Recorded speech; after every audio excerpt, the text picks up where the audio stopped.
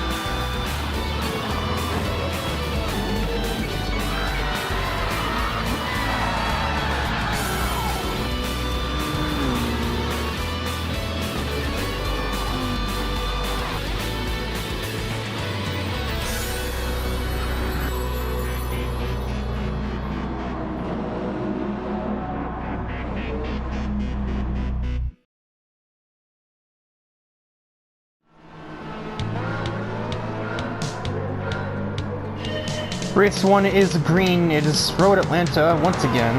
This time, though, with much faster cars in the 720 class.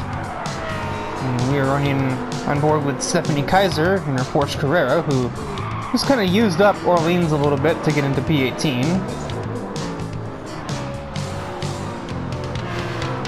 And we do have a singular debuting driver in this race.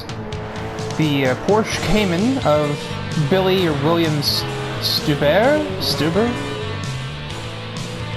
I think it's Stuber. Who seems to have had some sort of history with Stephanie. I believe they were co-workers at Porsche itself at one point or another.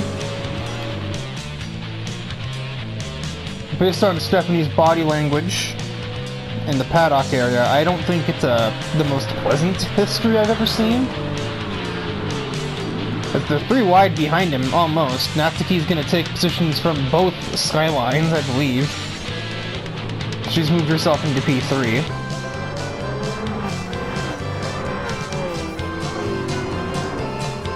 This Thrasher is currently running behind the Skyline duo.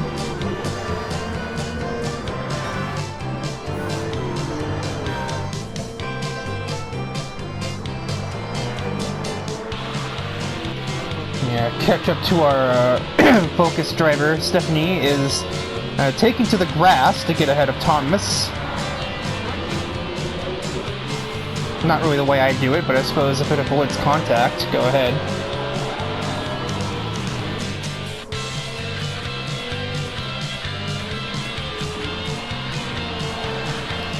Speaking of avoiding contact, I just backed down on my notes. That's not what I wanted.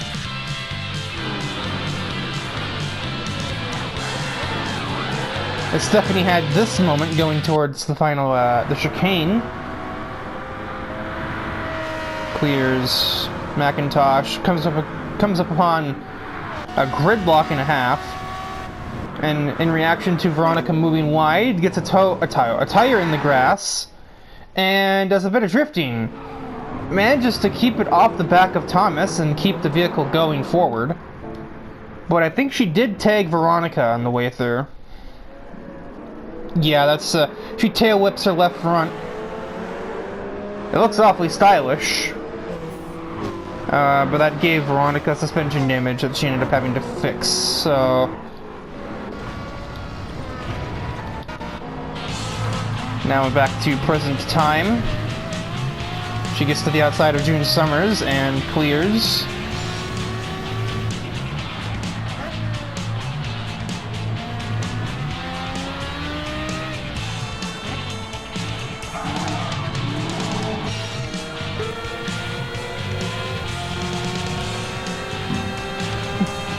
Stubert is having a difficult time dealing with this A220 up ahead.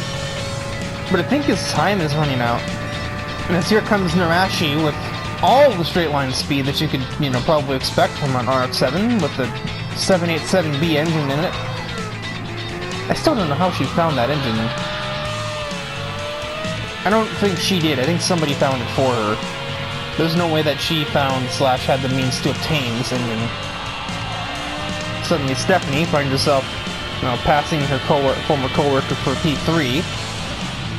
And she's going to try 3 wide for the lead, but Natsuki's going to cover that right off. But she backed up her exit, meaning she gets the better run out of the corner. But once again, Natsuki cuts that off. Stephanie's getting a little more grass on the wheels. I feel like, doesn't she have enough of that? Behind them, Lynette and Billy are fighting for P3. And Thrasher's just kind of spectating all of this. Eventually, Stubert just jukes Lynette out of her shoes, and Stephanie takes the lead with a good exit out of the S's. Natsuki had a half attempt to send to try and take it back, but Stephanie covered that off.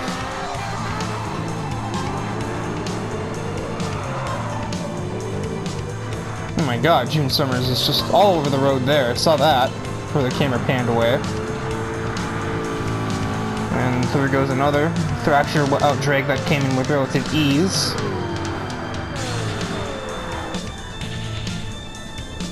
Oh dear, oh Christ. That's a teammate, and they've just damaged each other. Alright, well, that's going to be a bit of a crisis in the post-race meeting for Black Stallion. Thrasher just ran into the back of his teammate, giving them both damage and putting them out of contention for a double podium result. Now they're going to be demoted to outside of the top 10 as they have to go fix their cars. Leaving it at a Porsche 1-2 instead. Yikes. Yeah, I don't want to be in that meeting.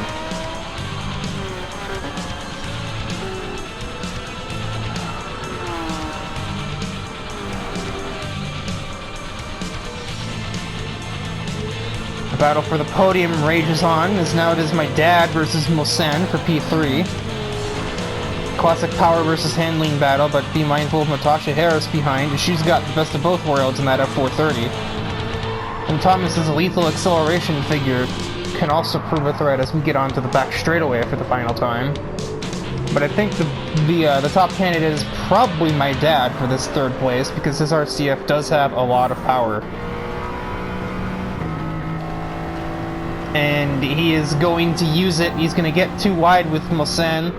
Natasha is covered off due to this. And there it is. I think that's third place for my dad. And it's first place for Porsche drivers everywhere. Stephanie Kaiser will grab the victory at Road Atlanta. It's a 1-2 for Porsche. And then my dad comes home in P3 after starting, I believe, 9th.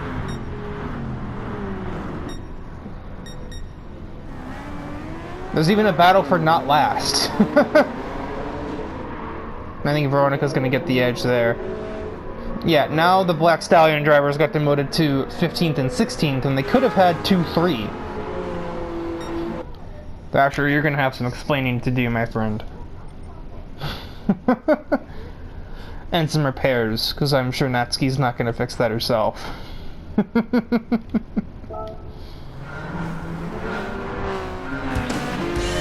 Race 2 of the episode is Green. Laguna Seca plays host to a 640 event. and we are riding along with Jake Downey in his very eccentric-looking Integra. Almost said a Honda, which I don't know why I wouldn't just. That's correct. It is in fact a Honda. It's like, oh, actually, it's an Acura. No, it doesn't matter. They're the same thing.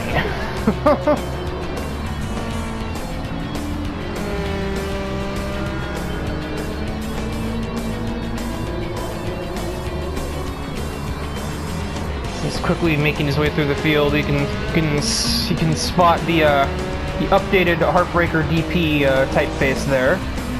I don't think they even had a logo in their first week here. Now they do.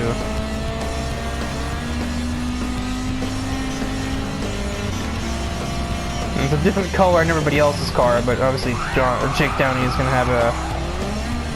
You just use the e-brake to make the corkscrew. What the fuck? Also, why do I keep trying to call him John Downey? But who is that?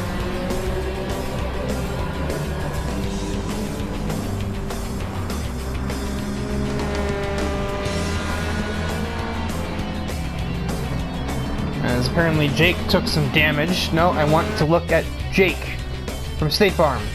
Why damage? What? Okay, he has it there. How about before the corkscrew? He has it there. He has it there. Wow, is it really just turn 1? Oh, Nittery did the funny. Oh boy. Alright, end of the lap.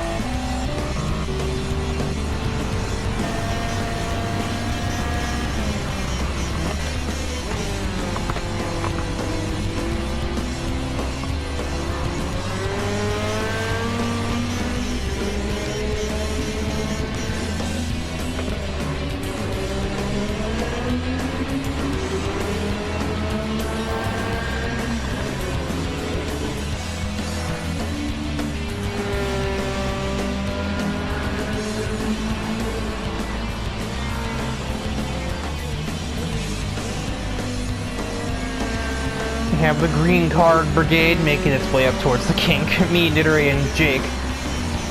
I almost called him John again. What is with... Okay. Thank you. Yep.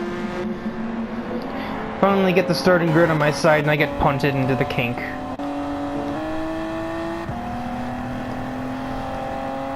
I'm gonna Google this. Who is John Downey? Why does my brain keep going for that? He's a judge. Okay, well, I don't really... He's not even a judge around me. I don't really see why I would have that name in my head. I guess... Oh, now Nittery is doing it too. Thanks. Cool. Yep, just fuck me, I guess. Yep, thank you. It's fine, I don't want to finish well or anything. Oh, I don't want to do that. Nittery's got a bit of a chip on her shoulder today. I should move Scarborough out of the way. And then she punts me a handful of corn, well, a lap and a half later. Yeah, that's why you missed the corner, jackass.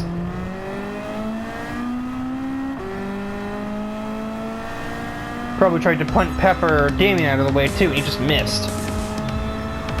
I know the Burnout World Tour wasn't exactly a moderated wasteland. You just pulled the e-brake again. What is this guy on? Well, he's on second place now, I guess. It fucking worked. I don't understand how or why, but oh boy, did it. This dude thinks he's still in the Burnout World Tour, I guess. He's driving like it. Both the way he's using his bumper and the way he's using his e-brake. It's like is he trying to drift a front-wheel drive car? Is that his idea?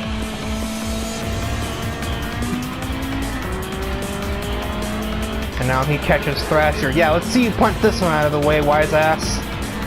He goes down the inside. Thrasher puts him right on that curb. No damage to the truck. That's not what I want to look at. Drag race. Jake Downey heavily outbrakes Thrasher into the corkscrew. But misses, has to hold the e-brake just to make the turn at all. And Thrasher takes full advantage and slides back on through into the lead again.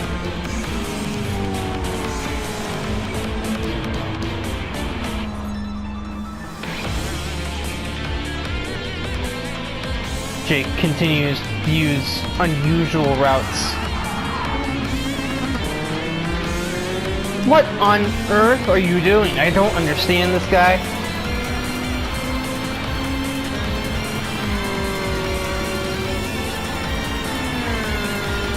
He takes it to the outside of T1. Does he outbrake the truck? Well, he just about does, but he's on the outside, so Thrasher has the advantage in that regard.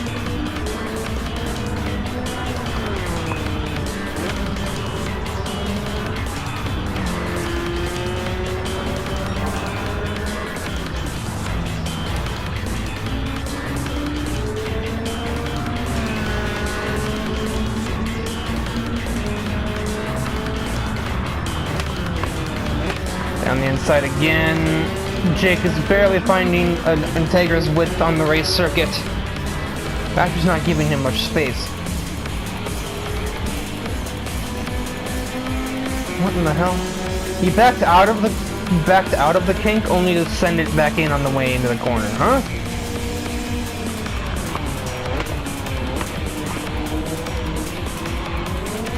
Oh, this time Thrasher's trying to give him the business. But that does not faze him at all, apparently. There's a couple of turns remaining for the Integra.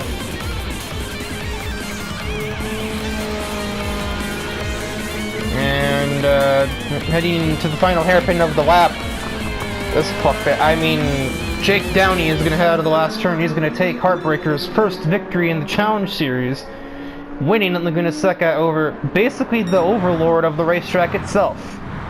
And Damon Cortexo. So, Integra followed by 2 trucks, and then another Honda to surround them.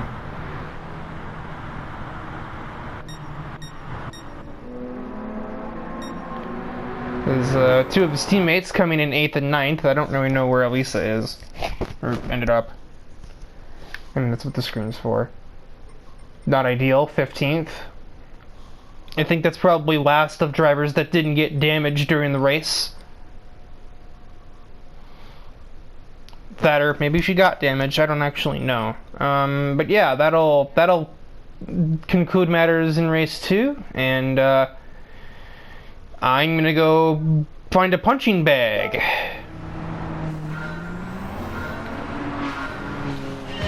The third race is green here. Lago Maggiore will host the 680 class race of the episode. Had to only have 3 laps. Probably didn't need to be more, as I have just been moved out of the way by Trevor for 19th place. Alright, yeah. It really is just fuck Riker Day, isn't it?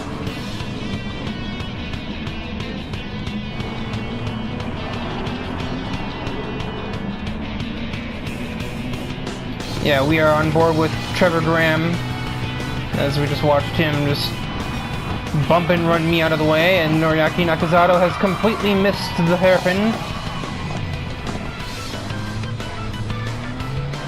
He does keep it pointed straight though, but he also holds me all the way up, because this is... I should have just stayed my ass at home. Or at least stayed my ass in my office. So I can at least be productive while I'm doing nothing. What? I can be productive while I'm doing nothing. Yeah, ain't that the dream? Huh.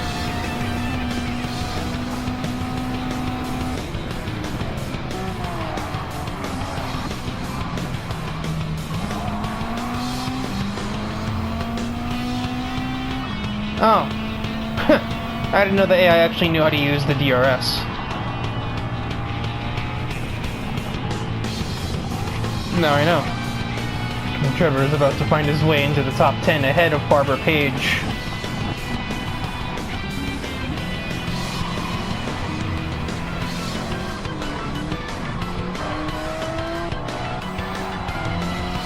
Taro is sliding around like crazy.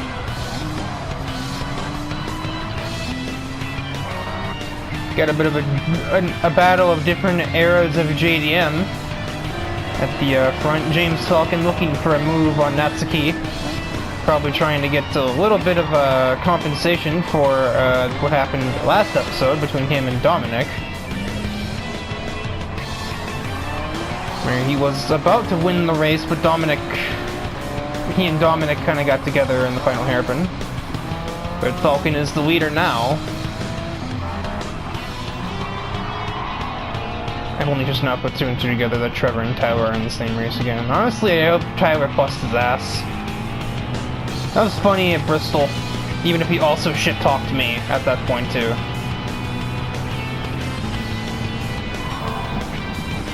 It would be even funnier now since, well, Trevor rocked my shit into the literal first corner of the race.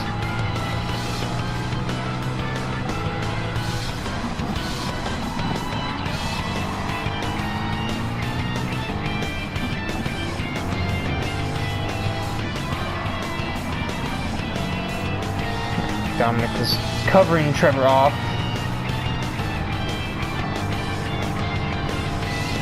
Can't hold him there forever, though.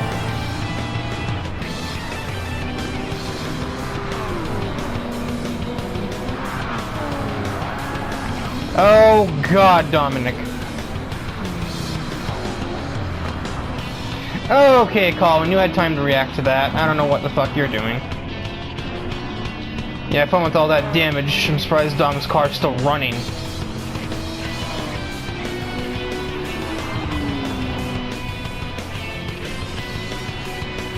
Yeah, fuck you, you little shit! Get his ass, Ty.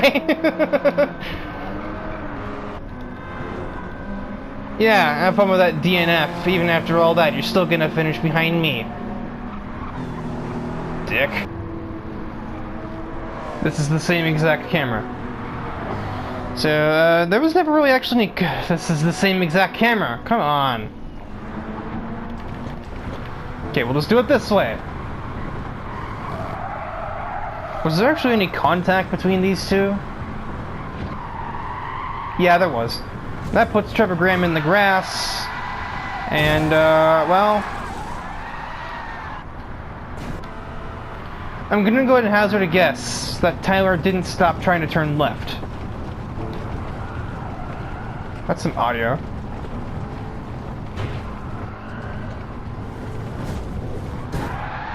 Yeah. Just put them both in the wall. If we can get a better, like, outside shot of this, that'd be nice. One where the camera isn't 75 feet away. Here we go, this should do the trick, maybe. Oh yeah, this is way better.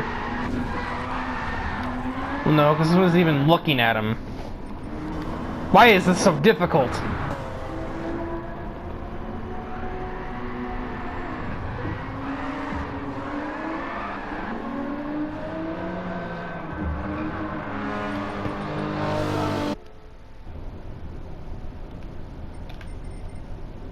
Ignore this, it's just because not enough time passed.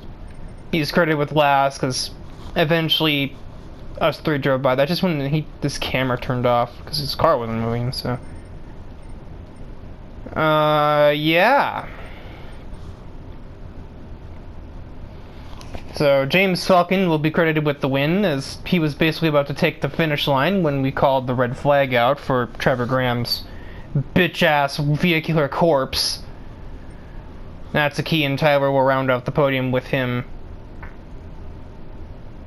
As that was, you know, it's also a bit of a benefit. Tyler had a fuckload of damage from that.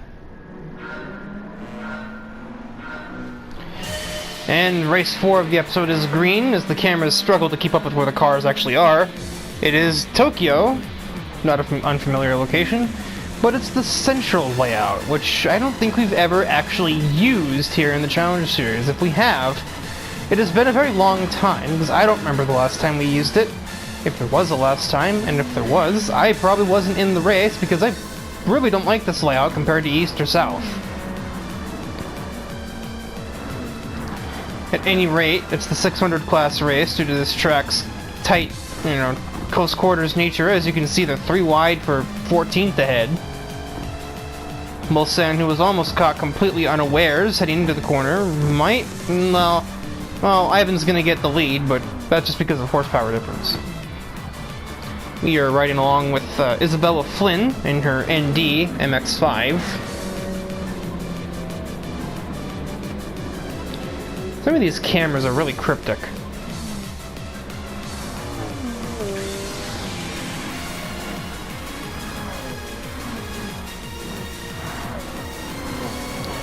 You know, despite my dislike for this track, I'm still in the race.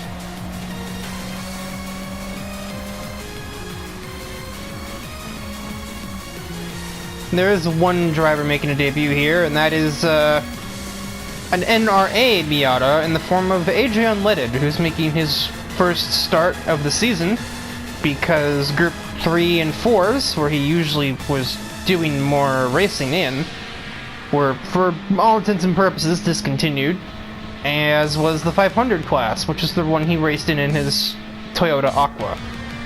But recently he ran in a Road Atlanta Invitational in the this NRA Miata Cup car, and has decided to repurpose that design and that vehicle for the Challenge Series to make his grand return. It does not have the most top speed. There's also an identical vehicle in the form of Joe Moore, who is currently leading the way. So it's an all-Mazda top 3, followed by 2 Toyota 86s. Go figure, this is starting to look like some damn Sunday Cup. And we got a... Well, here's another Miata, because Isabella Flynn is catching. And then we have a Polo, this a Mini, yep, this is literally the Sunday Cup, the top 8. And then there's just a 2000 GT, who clearly did not get the memo. And I'm plummeting down the order, as usual. At least I'm not getting run out of the way, for once. Never mind. I do in fact have rear damage, so forget that.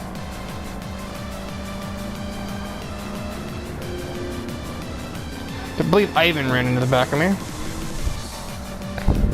Who did it?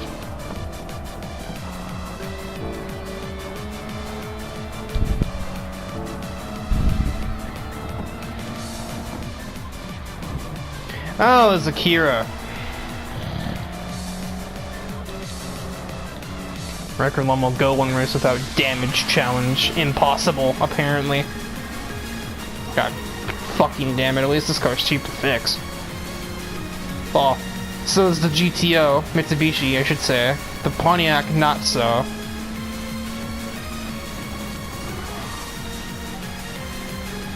Nah, looking a little unstable there, Isabella.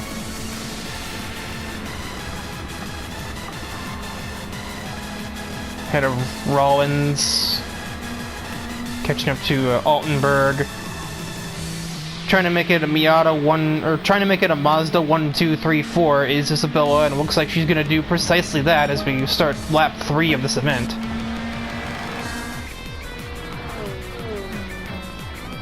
Minako's right on the back of, alright?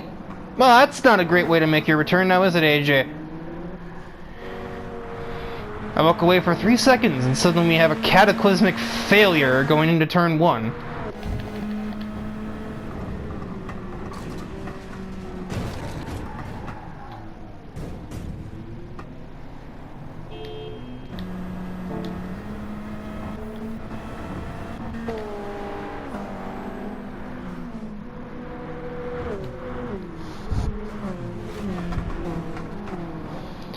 So that's a bit ugly. What it looks like kind of happens here.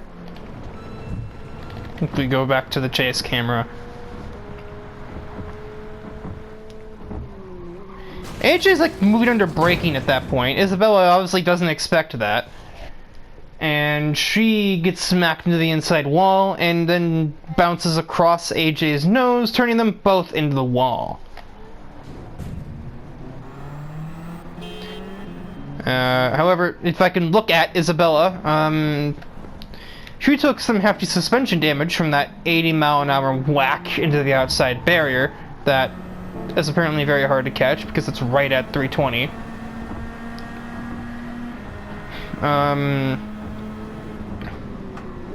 But that was bad enough, and then this at about 80. And then another smack into the door of Altenberg's car, which also gave him some decent damage. But her engine's cooked. You can see the smoke coming out of it there. So that's a totaled vehicle, and because Isabella Flynn only drives this ND Miata, we have an elimination here. courtesy of AJ moving under the braking. So, yeah, that is, well, I guess just unlucky.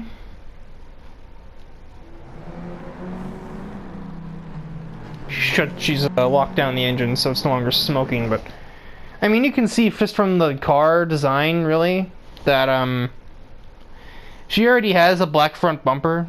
Story is, back in, like, the original testing session of the Challenge series, like the first shakedown run, she hooked a curb at Laguna Seca and went face first into a wall, and broke part of the bumper mount.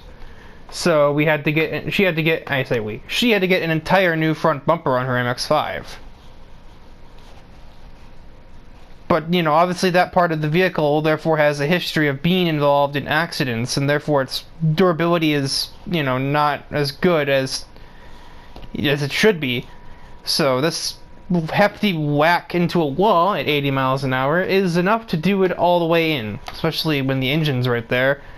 And as we saw, that was puffing out smoke on impact.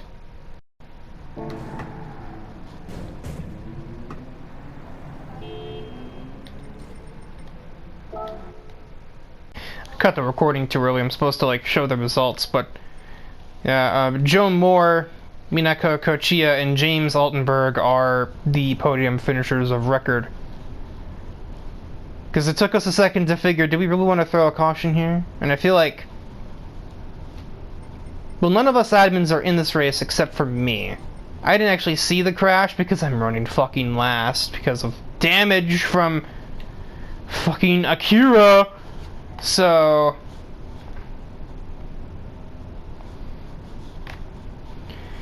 I didn't know the severity of the impact, so I was told to bring out a yellow by by the marshals. I'm like, okay, but I didn't know how bad it was, so they were saying red flag. I red flagged it.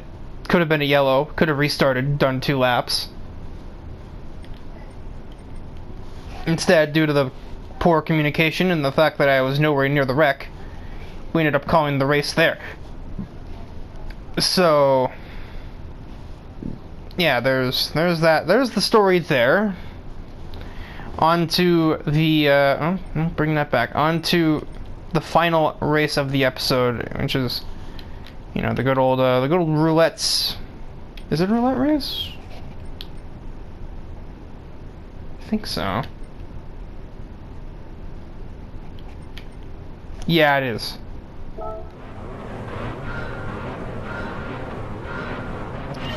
The roulette race is green, and the roulette race is more like the roulette race because it's some pretty heavy rain here at the Nürburgring, and the visibility not great. This isn't torrential. This is no Spa like episode 24, 25 or somewhere around there, where, you know, the one where I wrecked my RX-7. But it's kind of getting close.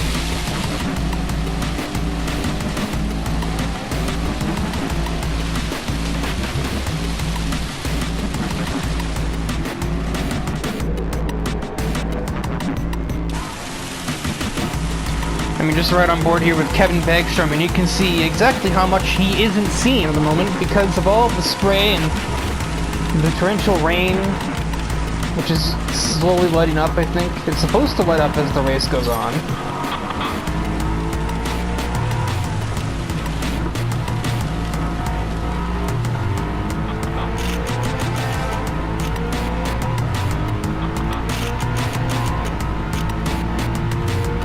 It's actually not raining very heavy on this side of the track. You can see on the windshield. It's still raining, but it's not nearly as heavy as it was at the start-finish line. Blah. Words, they eventually will exit my mouth in a cohesive manner.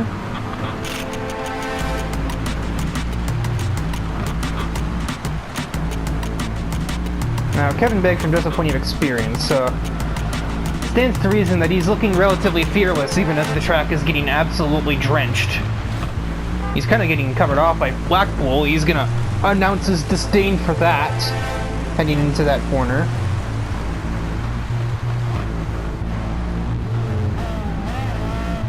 It's a field of 20 cars could be literally any car on the grid, as I'll get to that in a sec. Yet despite this, there are only 2 vehicles with 4-wheel drive. They're both Skyline R32s. They're 2 classes apart though. Kaminaga is in a 641, but Marvin Manuel is in a 720 class, and he is absolutely having a field day. Asher's running P3, and he's somehow managing to rein in that rear-wheel drive absolute monster of a car. And yeah, here is a debut that I wasn't aware we were even going to have until about a handful of minutes before we were set to take the grid for the race. And this guy in his BMW M2 shows up, basically saying, "Wait for me!" And he's getting run over by Brianna Tao. He shows up in his 720 spec M2. Michael Krieger, I know absolutely jack shit about him, but he's here. He had a car that was somehow up to spec with. It had to have been told by somebody, because you don't just accidentally put a car right smack in the middle of the 720 category by accident.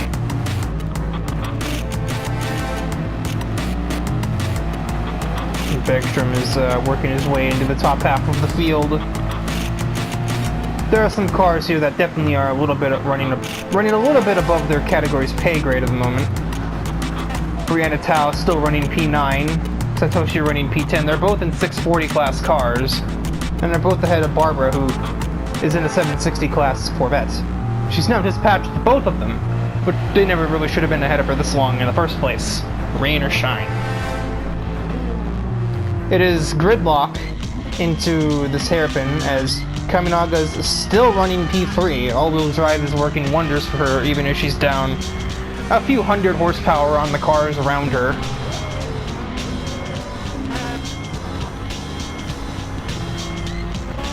But eventually all things will come to an end. She's now beginning to plummet as the brigade of vehicles 2 categories, in some cases even 3 above her, make their way by. And like, what's even crazier to me is that Bergstrom is running like the most bizarre lines.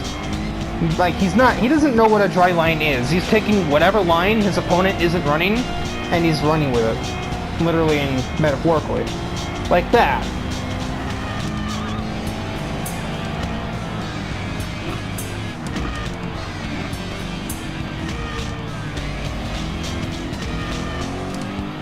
Bergstrom is looking at a podium, but he's gonna have to pass, well, something that's in a higher category than him, because every vehicle in front of him is 720 class, as is Natasha Harris. Watts is 760, Krieger's 720, Zoya's 720, Page is 760, Mika's 720, Milsen's 720. This is basically a 720 class race. Raven is 720. Terrence is 720, and DeFuoco is 720. So that's like over half the race in one category right there. Bergstrom is in 680 though, and he's still got ahead of Ashley Akemi anyway, so he doesn't seem to give a damn at the moment.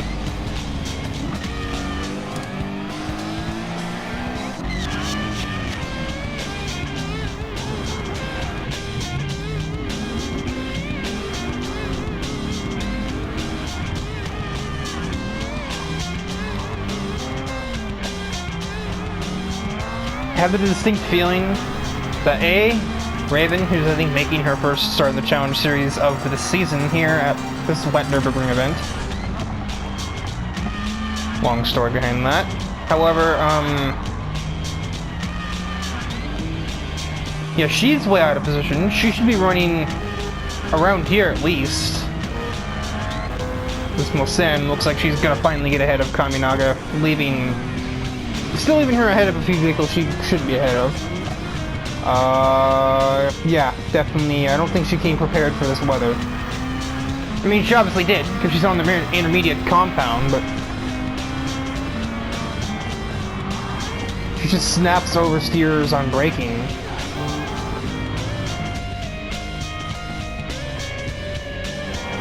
Meanwhile, Kevin Bergstrom has passed Manuel. Somehow both of them are ahead of him. Both he and Thrasher are ahead, despite the fact he should have an advantage. He's got all-wheel drive in a wet race. There's no way that this man doesn't have the advantage. Instead, it's a battle between two rear-wheel drive cars for the lead. Between Kevin Begstrom and Thrasher and his car. And this is a class ahead, but Begstrom is going to take the wet line. I hit the wrong button.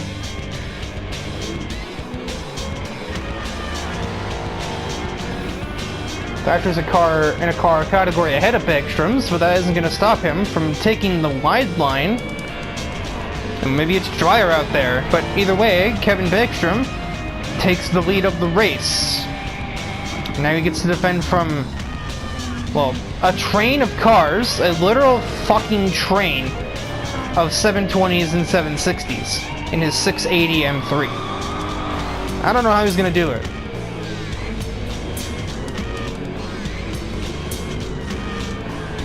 What in the fuck? The commentary notes definitely did say some dumb shit happens on lap 3. Did she find a puddle over there, I think? That's my only estimation as to what the hell caused this.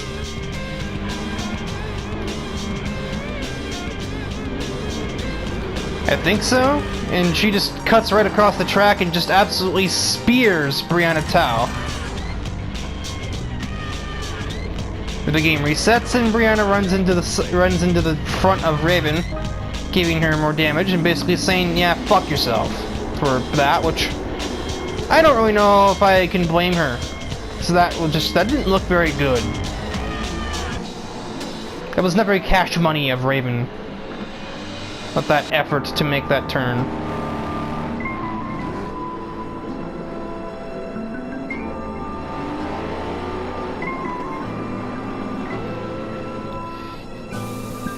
No, much to Kevin's certain dismay. Oh, this is not going to be the final lap either. There's a minute and 50 on the race clock, but there's only about a minute 25 left on the lap. So he's going to take the white flag with less than 30 seconds to go on the race timer. So pretty much everybody outside of this big ass train of 720s and 60s is gonna not be making another lap, but everyone in it is. I don't know, maybe Michael and Mika will be, and Lynette. But like Dom, no, he's done. This is Dom's final lap, but not anyone in ahead of him. Because the rain stopped, I believe, a lap ago, but because of all the clouds, the water is taking a while to dry up. So there will be no need for slick tires because the track is still wet enough to where they won't really get you anywhere. Now it is a 760 car leading the charge against Kevin Begstrom, which only makes his life harder.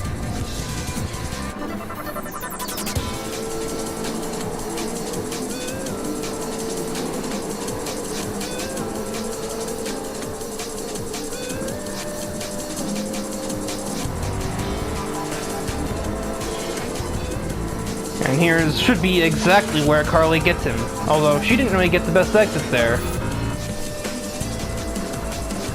Huh?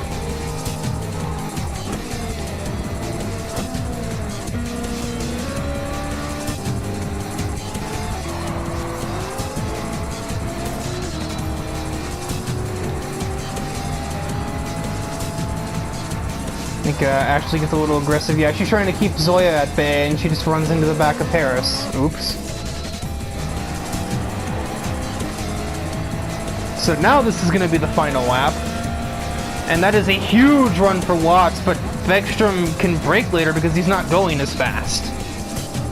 And so he manages to somehow stay in the lead despite going like 25 miles an hour slower than Carly was.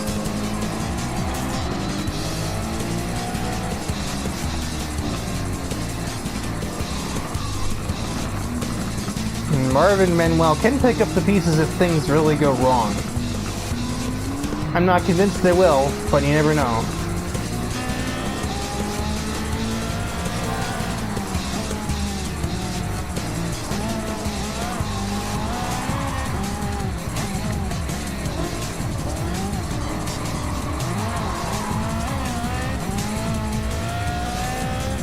Yeah, Carly is very clearly pushing this thing.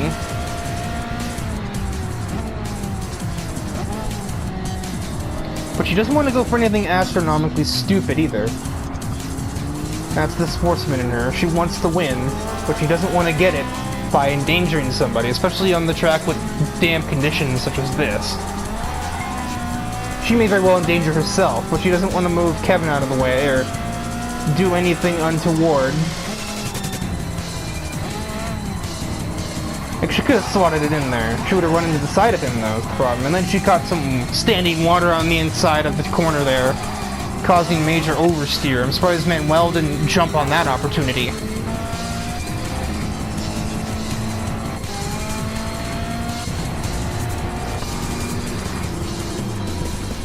It wouldn't be the first time we've seen a car in a lower class defeat all odds and win the roulette race. I don't think it'll be the last either. The man who literally races to put bread on the table, Kevin Bagstrom, will weave head out of the last turn, and he will grab the victory at the Nürburgring roulette race. Carly Watts and Marvin Manuel will be the rest of your podium finishers. What's going on here? Carly Watts technically wins her category, but doesn't win overall. Same goes for Marvin Manuel. Dominic wins the 680 category. Satoshi wins the 640 category. And there were no 600 class cars in the race. Well, that will do it here for episode 54 in the challenge series. And, I'm not super happy with how my week went. I'm gonna be completely upfront. I was rear-ended in 3 of the 5 races in this episode. And one of them I was basically wrecked in. But ignoring my bullshit, it was certainly an eventful one. There were DNFs in 3 races. No, that's not right. DNFs in 2 races. Races 3 and 4.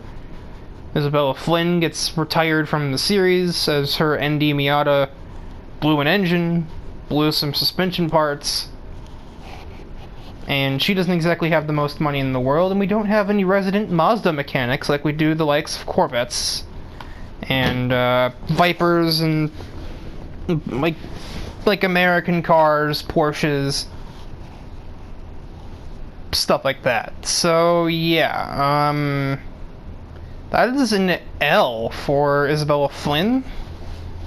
And Trevor Graham's Mustang wasn't destroyed, but it was darn close. But that was just hilarious.